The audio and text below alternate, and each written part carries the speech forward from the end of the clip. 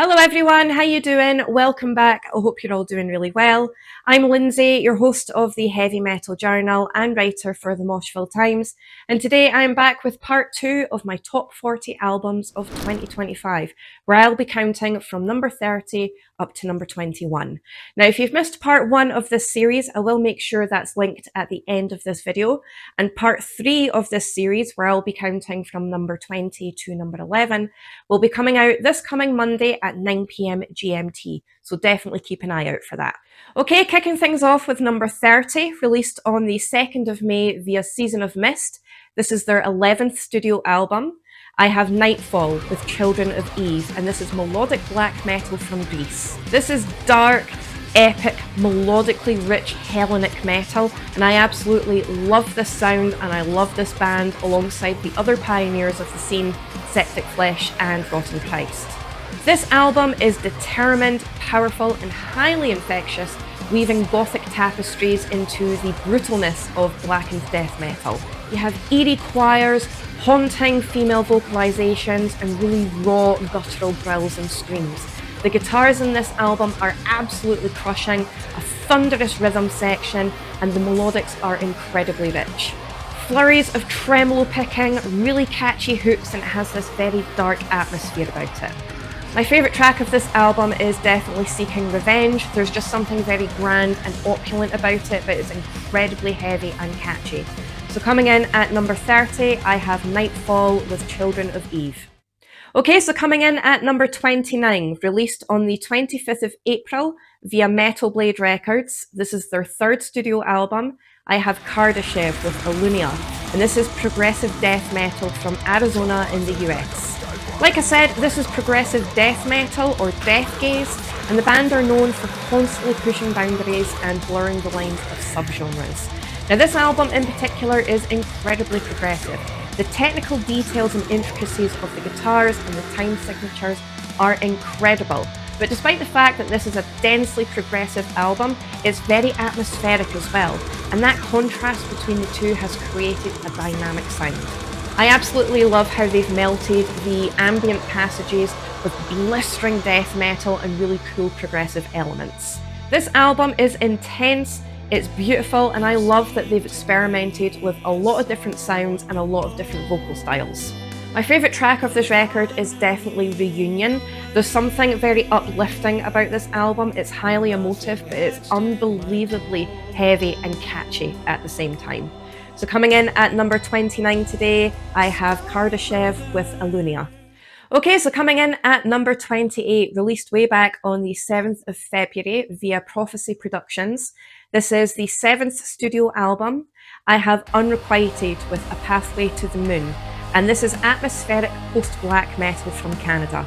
Now, this is another solo project with a lot of emotional depth. This album is a soaring, ethereal soundscape full of absolutely stunning guitars, mysterious synth work, and a lot of really cool black gaze elements. It's an incredibly multi-layered album full of soft melodics combined with the spine-chilling dark energy of black metal. This is just a huge, swelling masterpiece of a record that's going to get you hooked, and you're going to be lost listening to this. It completely transcends time and space altogether. Now, the vocal style is primarily clean vocals, which are very haunting and powerful, but when those guttural growls and blackened screams come in, they echo in the background, but they are so very potent. My favourite track of this record is definitely the Starforger. I think that perfectly showcases how the ambience and the ethereal, otherworldly atmosphere combines with the brutal black metal side of things. So coming in at number 28, I have Unrequited with A Pathway to the Moon. Okay, so coming in at number 27, released on the 7th of November via Northern Silence. This is the debut self-titled album from Adorn, and this is atmospheric post-black metal from the UK.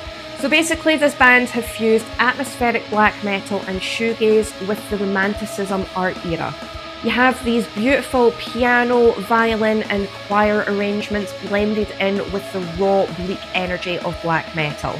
I absolutely love the contrast here, especially with the vocal styles once again.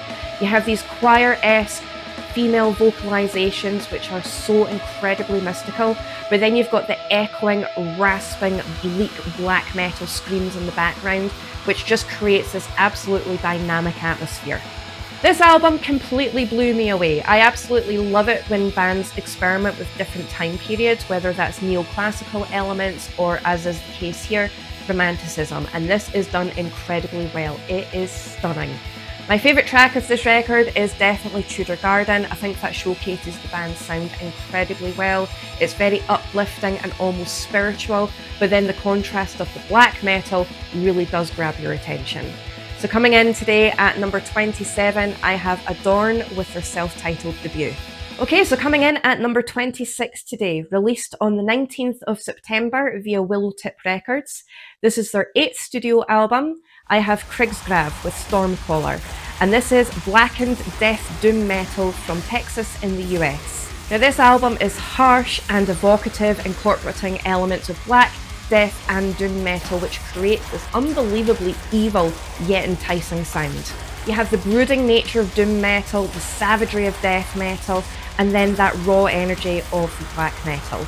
Now primarily the vocal style is very guttural, incredibly powerful with the rasps and the roars, but on occasion you do have the clean vocals coming in and a couple of spoken word moments, which really adds to the atmosphere. This is an ominous record. It's sinister, incredibly fiery and very, very heavy. Savage riffs, spiralling solos, intense blast beats and slamming bass lines. I absolutely love everything about this record. My favourite track off the album is definitely Twilight Fell. There's just something very enticing when you listen to it, and it has a lot of really cool melodic moments too. So coming in today at number 26, I have Krigsgrav with Stormcaller. Okay, so coming in at number 25 today, released way back on the 10th of January via Nuclear Blast Records. This is their 2nd studio album. I have The Halo Effect with March of the Unheard. And this is melodic death metal from Sweden. Now they certainly focus on serious melody and catchy hooks on this record, and they definitely capture the essence of that old school 90s Gothenburg sound, but with a modern approach. This one in particular is incredibly catchy. I loved their debut, but this one is definitely a step up from that in my very humble opinion. Catchy hooks, rich melodics, that classic Gothenburg style. It's thunderous, it's uplifting and highly addictive to listen to. Trademark guttural growls mixed in with clean vocals, epic guitars and moody aggression with a commanding presence. My favourite track of this record is definitely Our Channel to the Darkness. I love the use of synths with the melodic guitars that creates this very captivating sound. So coming in at number 25 today, I have The Halo Effect with March of the Unheard. Okay, so coming in at number 24 today, released on the 13th of June via Testimony Records. This is their 3rd studio album. I have Nightbearer with Defiance, and this is death metal from Germany. Now this is old school death metal that takes inspiration from horror and fantasy literature, but with this album in particular it focuses on the His Dark Materials trilogy written by Philip Pullman. This album is completely unrelenting from beginning to end. It has loads of savage riffs in it, spiraling solos, intense blast beats and slamming bass lines. But there's also a foundation of catchy groove there, and yes, there are plenty of stompy stomp moments as well. You can definitely hear a huge influence from the Swedish death metal scene throughout this album as well. My favourite track of this record is definitely His Dark Materials. There's a particular riff in this track that is incredibly catchy and it just grabbed my attention from the very first second. So coming in at number 24 today, I have Nightbearer with Defiance. Okay, so coming in at number 23 today, released on the 27th of June via Century Media Records. This is their 10th studio album. I have Heaven Shall Burn with Heimat, and this is melodic death metal from Germany. Huge symphonic and choir elements throughout this album. In fact, they collaborated with the Modena Quartet and the Ukrainian Sofia Chamber Choir whilst they were recording this album. So this has a very grand, opulent, muscular presence, but the orchestral side of things and the choirs aren't just thrown in for the sake of it. They blend in incredibly well to create this very dramatic sound. But when it comes to the metal side of things, melodic death metal at its absolute finest, and it definitely falls on the heavier side of the subgenre. Crushing guitars, really cool synthy moments, and an absolutely blistering rhythm section. They also covered the Killswitch Engage track Numbered Days, and they also featured Jesse Leach on that track as well, which I thought was really, really cool. War is the Father of All is definitely my favourite track of this record. It's very opulent and grandiose, and it's a fantastic use of the choir and orchestral elements. So coming in today at number 23, I have Heaven Shall Burn with Heimat. Okay, so coming in at number 22 today, released on the 28th of February via Napalm Records. This is their 6th studio album. I have Grima with Nightside, and this is atmospheric black metal from Serbia. Now this is cold, haunting and moody atmospheric black metal that perfectly balances beauty with absolute devastation. Now they have incorporated the use of the buy-in, which is a button accordion throughout this entire album, that really gives it that folk kind of mysterious feel to it, and it's incredibly well placed, and that really gives the album a dynamic atmosphere. Flurries of tremolo picking, intense blast beats, slamming bass lines, and this very eerie, sinister kind of feel, but at the same time it's incredibly catchy. This is harsh, abrasive, but it's a fully immersive experience. You get completely lost when you're listening to this.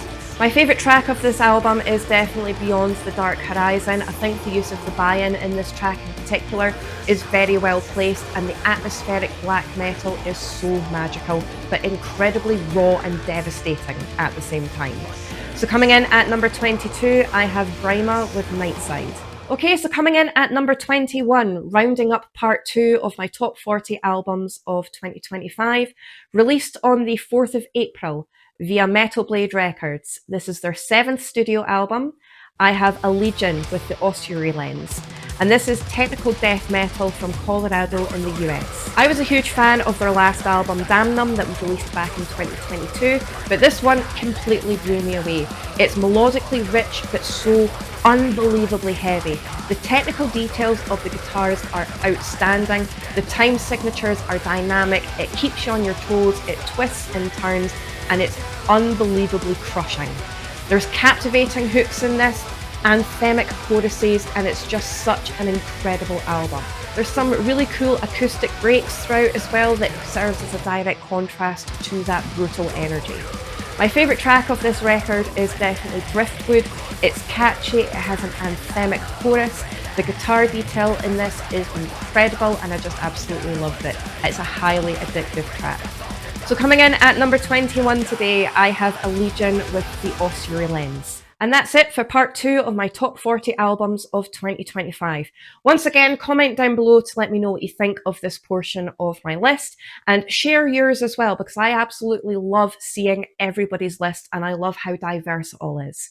If you missed part 1, I'll put that on the screen somewhere so you can go and check that out, but all of these videos will be put into a playlist as well. Like I said at the beginning of the video, part 3, which will be counting from number 20 to number 11, will be coming this coming Monday at 9 PM GMT, so definitely keep an eye out for that.